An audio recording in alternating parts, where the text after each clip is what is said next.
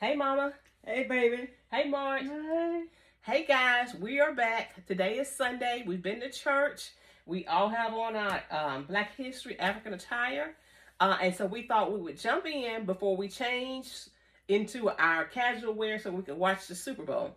But we wanted to go ahead and give you your moment. We have my sister Margie here with us. And this segment is we're going to talk about her because the question we kept getting over and over was in reference to my sister Margie. Okay? And Margie is how old, Mama? 67? Around. 67, right? Right. Okay, all right. And so the question that came in was how did you first know that Margie was special needs? And Mama, how old are you? I'm 102 years old, and last of March I'll be 103. Okay. All right. So back then, when Margie was born, like I said, she's 67, she'll be 68. They didn't have a lot of programs, in the works for special needs children. So what was the first sign that you knew that something was different or unique about Margie? Well, one thing about the sign, her eyes was crossed, Mm-hmm. was turned, it was crossed. When you talk to her, she would be looking cross-eyed. Mm-hmm. And so I carried her up there to the health department, and they looked at her and they said something had it tied, a little something had it tied. Mm-hmm. And so they told me to bring Margie in, and they operated on her eyes and clipped that little what's in there was a hole, and they clipped it in two, and our eyes come back straight. Mm-hmm. And then we got some glasses to put on her, and put them glasses on her. Whoo, she had up it. Ooh, she just laughed and cut up and going on because she could see better. Mm-hmm. Because when her eyes were crossed, when she talked to you, she'd be looking at you cross-eyed. Okay, all right. So that was one of the physical things that they knew were different.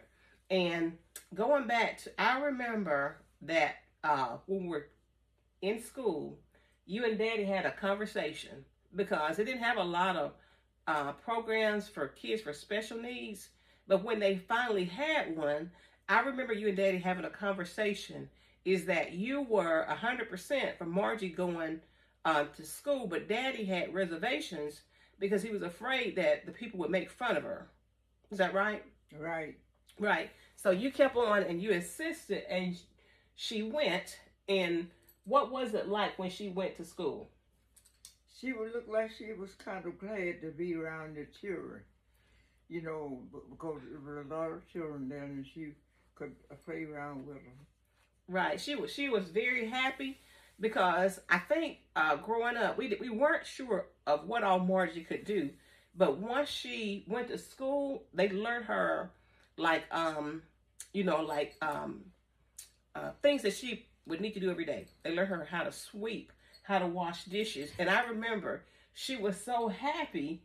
Because before we were doing everything for her, but when she came home, she would wash dishes, she would sweep, and we would all brag on her. And so Margie, she has just went past all the benchmarks, right, Margie? Mm-hmm. Right. Okay. And then somebody asked, they wanted to know if she was nonverbal. No, she can definitely speak, right, Margie? Mm-hmm. All right. Okay. And so Margie loves babies. Getting hot. Margie loves babies. She's helped raise every baby in the family, and she's a giver. She's always giving. If we go to church, we used to check her purse because she had an apple. She had something to give somebody at church. As a matter of fact, this morning, on the way to church, I noticed last week she had a picture, and so I had her put it back. And so this week, and I finally said, Margie, okay, go ahead and take it. And then, so she took it to give to somebody else. Okay. So, but with Margie, like I said, Margie has excelled, and yes, she can talk.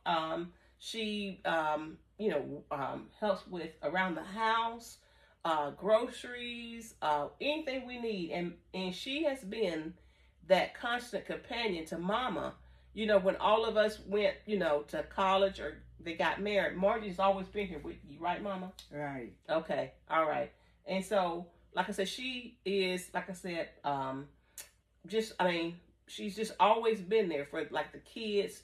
They love their Aunt Margie, and she looks forward to holding babies and everything like that. Now, there is one video that I want you guys to go back and watch. And that was a special prayer that Mama prayed in reference to Margie. And we're not going to go completely into it, Mama, but what was that prayer? The prayer about you wanted the Lord to take her. Oh, she just around the house and just lay around the house, and she loved me and want to stay with me. And I always pray to the Lord that let me outlive her, because see, if I go, and she would grieve herself to death by, because she was so much close to me. Mm-hmm. And then also, Mama was concerned that there wouldn't be anybody to take care of Margie the way that she had. But I made a promise to you and her. What was that? That I would take that she would take care of, wouldn't see after. That's right. That's right. And so that's what we've been doing, you know, so far. When you see me, chances are you're going to see Mama and you're going to see Margie. It's the three, my family calls us the 3 M's, and that's Maxine, Mama, and Margie and everything. So we wanted to just do this segment because people have been asking about Margie. They love Margie, and they followed her story. And one of the stories that she came through was last year is that she had breast cancer. So she beat breast cancer. She's cancer free. And so, I mean, she's just a survivor on so many levels. So on this special Sunday, we wanted to take this time out to answer that question that people had out there, because we know that there are people who have special needs children, and just to know that you can make it. You know that God always has a ram in the bush. He always has a way made for that child. The Bible says that before he even created the child in the belly, he knew them. So he has a plan. So we want to encourage anybody out there that has special needs children. Don't worry. God has a plan. Right. So this is just our history for tonight. And we aren't going to be long, because we know you guys are getting ready to go watch the Super Bowl, and you have lots of good food. And so we will be back tomorrow. And so we say bye-bye. Bye-bye.